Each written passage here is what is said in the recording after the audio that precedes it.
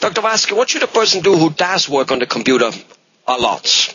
Is there any exercise, eye exercise, or for that much other exercise to get blood running through the vessels or whatever it is? Is there something one can do and should do maybe? Right, and it's to set up your environment for ergonomics. So I call it the rules of 20. So your computer screen should be 20 inches away, and so which is about the length of your arm, and you should be the computer screen. Something like that, exactly. All right, I'm good. And then the other one is having the computer screen a little bit below eye level, so you're not looking up. Because if your eye upper lid is looking up like this, it's got farther way to travel. So you should be a little higher. You don't want me to do like this? I don't want to be, sitting way down like that. Exactly, looking up. All right. It's going to be hard on the eyes. And every 20 minutes, you have to look away at something that's 20 feet away, like with detail, like maybe looking out the window or at a clock or a bookshelf with maybe some on the bookshelves. That's 3 times an hour in an 8-hour shift. That's 24 times. That's 24 times the chance for me to getting freaking fired. Looking away from my computer. What's wrong with you? Well, it's going to be making you more productive because by the end of that 8-hour time frame, your production is going to go down.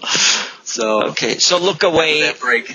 20 feet or so. If that means you need to step out of your office, go ahead and do it, right?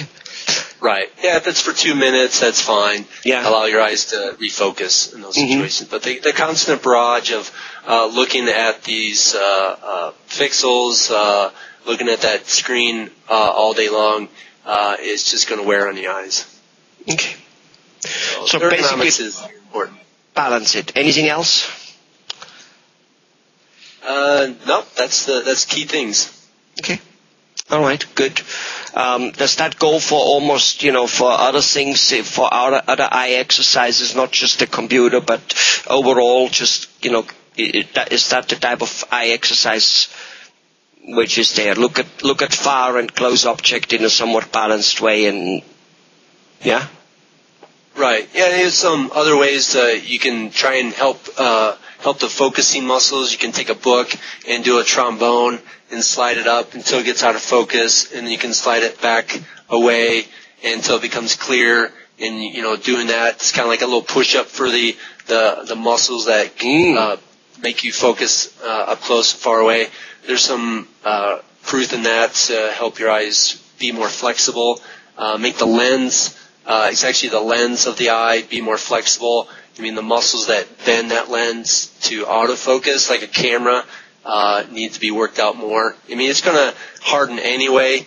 So how long can we extend that the ability to focus by bending that lens, being able to read? That's one little test you can do, or therapy on your eyes, so to speak.